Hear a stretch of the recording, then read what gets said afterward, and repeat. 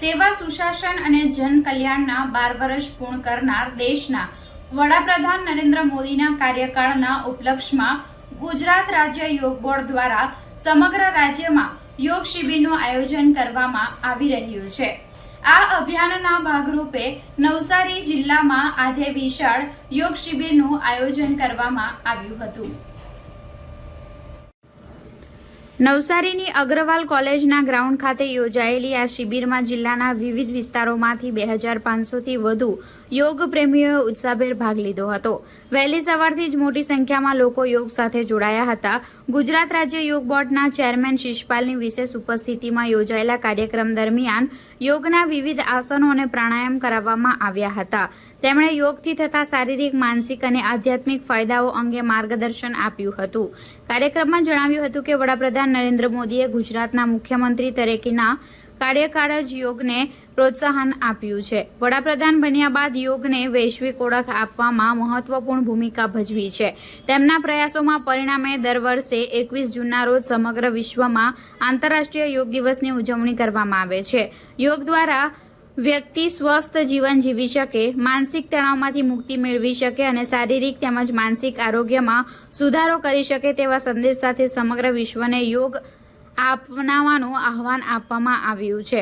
ગુજરાત રાજ્ય યોગ બોર્ડ દ્વારા રાજ્યભરમાં 5000થી વધુ નિઃશુલ્ક યોગ વર્ગો ચાલી રહ્યા છે। કાર્યક્રમ દરમિયાન લોકોને નિયમિત યોગ કરવા, યોગી બનો, નિરોગી બનો, સમાજ માટે સહયોગી અને રાષ્ટ્ર માટે ઉપયોગી બનોનો સંદેશ આપવામાં આવ્યો હતો। દેશના યશસ્વી વડાપ્રધાન, પ્રધાન સેવક, આધુનિક ભારતના નિર્માતા, વિકસિત ભારતના પ્રેરણા આદરણીય નરેન્દ્ર મોદીના સેવા સુશાસન અને જનકલ્યાણના 12 વર્ષના ઉપલક્ષમાં સમસ્ત ગુજરાતમાં ગુજરાત રાજ્ય યોગ બોર્ડ દ્વારા યોગ શિબિરોનું આયોજન કરવામાં આવે છે અને આ 12મું આંતરરાષ્ટ્રીય યોગ દિવસ પણ આપે છે અને આખા વિશ્વને 21 જૂનની ભેટ આપણા દેશના વડાપ્રધાન આદરણીય નરેન્દ્રભાઈ મોદી આપી છે। તો આજે નવસારી જિલ્લામાં પણ એક વિશાળ યોગ શિબિરનું આયોજન થયું છે અને આટલી મોટી સંખ્યામાં લોકો યોગ સાથે જોડાયા છે। હવે ગુજરાતમાં અને આખા દેશમાં લોકો યોગને જાણે છે, યોગને સમજે છે અને યોગને કરે છે। આપણા ચેનલના માધ્યમથી હું ગુજરાતની સમસ્ત જનતાને આહવાન કરવા માંગુ છું કે અમારી ગુજરાતભરમાં 5000થી વધુ નિઃશુલ્ક યોગ વર્ગો ચાલે છે। આ બધા આવીને નિયમિત યોગ કરો, યોગી બનો, નિરોગી બનો, સમાજ માટે સહયોગી અને રાષ્ટ્ર માટે ઉપયોગી બનો।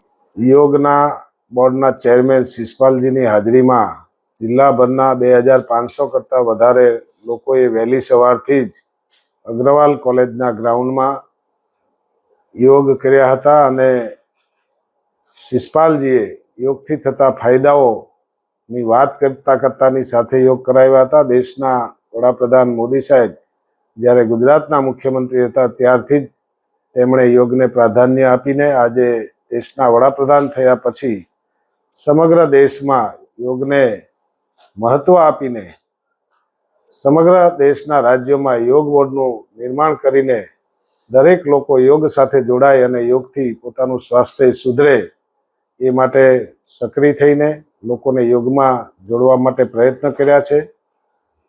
દેશના વડાપ્રધાને આ યોગને વિશ્વ યોગ તરીકે આખા વિશ્વમાં 21મી જૂન યોગ દિવસ તરીકે વિશ્વને સંદેશો આપ્યો છે કે માણસ યોગથી સ્વસ્થ રહી શકે છે અને પોતાના મનને અને પોતાની જે શારીરિક અને માનસિક બીમારીઓથી પણ દૂર થાય એ માટે યોગને પ્રાધાન્ય આપ્યું છે। મારું નામ નીતા વિરલ કુમાર દેસાઈ છે। હું ચીખલી પ્રાથમિક શાળામાં ટીચર પ્રિન્સિપાલ તરીકે જોબ કરું છું। આજના 15મી જૂને યોગ શિક્ષણ અંતર્ગત જે પ્રોટોકોલ પ્રોગ્રામ છે એમાં ઉપસ્થિત રહીને યોગ કર્યા। યોગ પ્રશિક્ષકે જે અમને યોગો કરાવ્યા એ બધા યોગો અમે ખૂબ સરસ રીતે કર્યા।